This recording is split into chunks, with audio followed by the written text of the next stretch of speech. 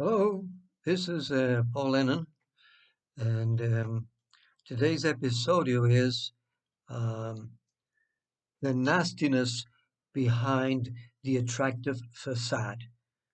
I'm referring to the founder of the Legionaries of Christ Catholic religious order, Father Maciel, a Mexican priest, and his foundation, the Legion of Christ religious order, and the now called Regnum Christi Federation.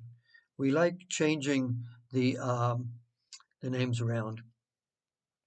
Now, a good friend of mine asked me the other day. He was watching these tapes and he says, "Paul, what the heck are you going on and on about?"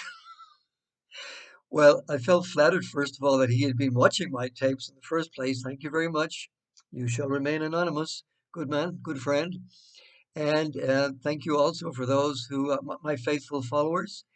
And I'm talking about the Legion of Christ, a Catholic religious order which has a very checkered history, beginning with the founder, who was a pedophile, a con man, a manipulator, um, a showman, an impersonator, etc., etc. And he founded this religious order way back in 1940 in Mexico, and it's been growing and growing and growing. It's not as strong or as famous as the Opus Dei, but it is very, very similar to it.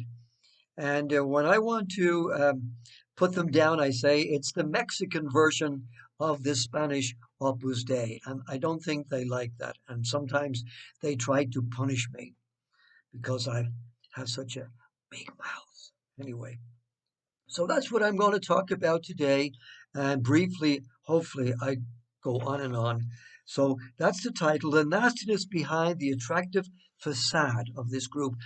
And why all the criticism? Because I consider this group really a sect-like group, a controlling group, a high-demand group. And to use the dirty word, it is a cult, a Catholic cult. It's the same thing. It's a very coercive kind of a group. Once you're in, it's hard to get out, and you get out when they want you to get out or when they kick you out. So it has a lot of characteristics of the harmful groups as set out by cult students and experts. Um, all the characteristics of a cultic group can be seen all over the network at the moment, all over the internet. I recommend International Cultic Studies Association, of which I'm a member and of which I'm a devotee, shall we say, ever since they helped me understand what I had been through during 23 years of my life. So that's what has set me on this crusade ever since I left way back in 1985, CK. This is a 35-year crusade. So I talked about the charisms or the gifts of Father Maciel, which I believe he transmitted to his group, and they were um, his way of recruiting first of all, and then motivating followers.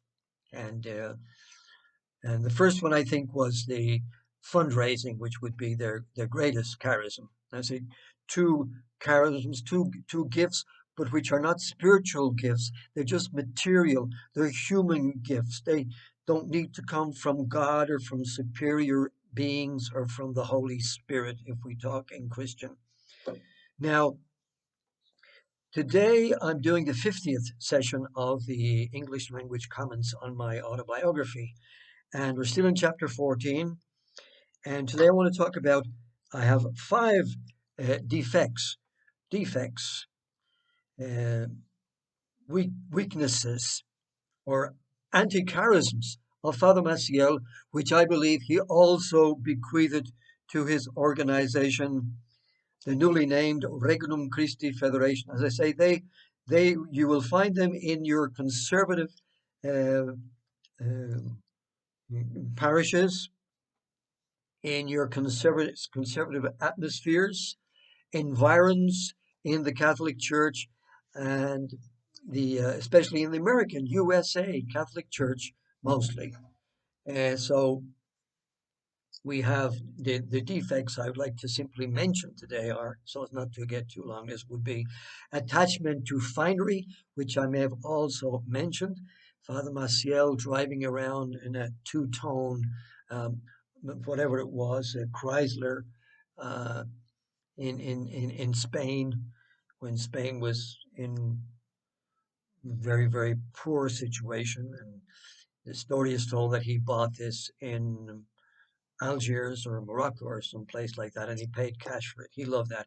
And usually Father Maciel later on would drive around in a Mercedes Benz. So not for him the Franciscan spirit. Um, he said it was because he had a bad back, and so he needed a like a good car so as not to damage his back. Among other things, he was also a hypochondriac. Number two, he could be a vengeful person. And we see this in the case which I just mentioned of my dear friend Saul Barrales, who I want you to remember in your prayers. He's in his 80s now, Saul. He's in Mexico City, and he's just had a brain operation in Mexico City, surgery in Mexico City. So please pray for him and for his beautiful wife, Teresa. So Maciel, I told the story of when he kind of decided to, the second in command, who is Father Ferreira, Maciel didn't take kindly to that.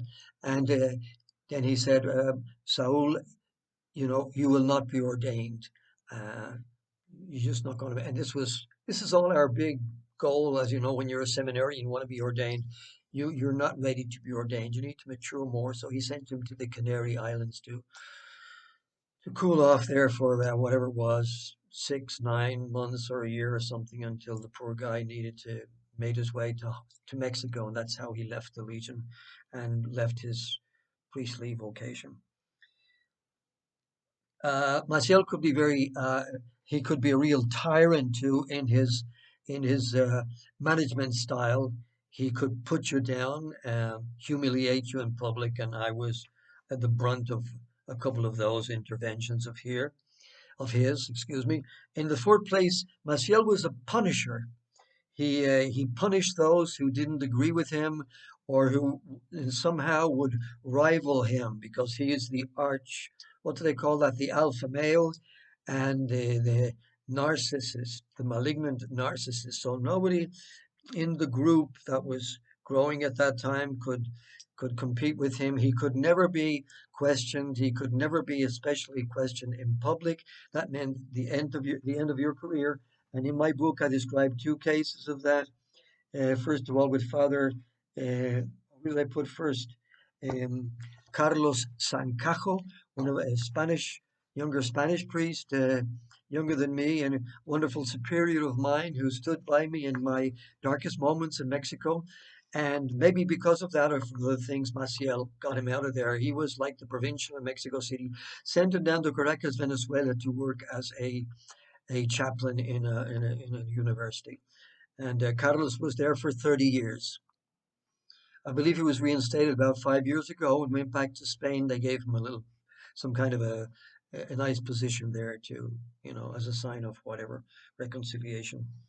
And I said that number four, he's a punisher. The Legion punished me with a lawsuit because I was so critical of them. They can be nasty. And then, very important in the case of Maciel and still of the legionaries is, and this is a cult characteristic, the leader is above the law. So and in this case, he could be above the bishop, for example, which would be the normal law.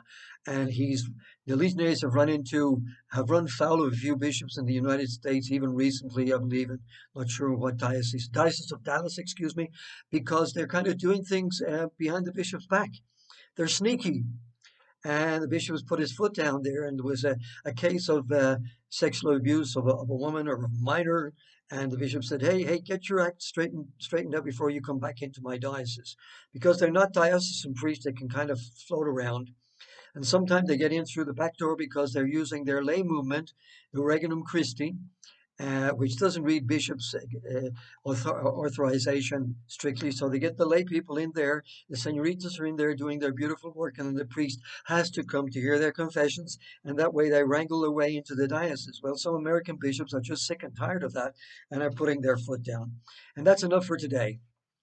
Thank you for listening to me ranting and raving. And I hope it's a little clear about what I'm trying to do here. Thank you.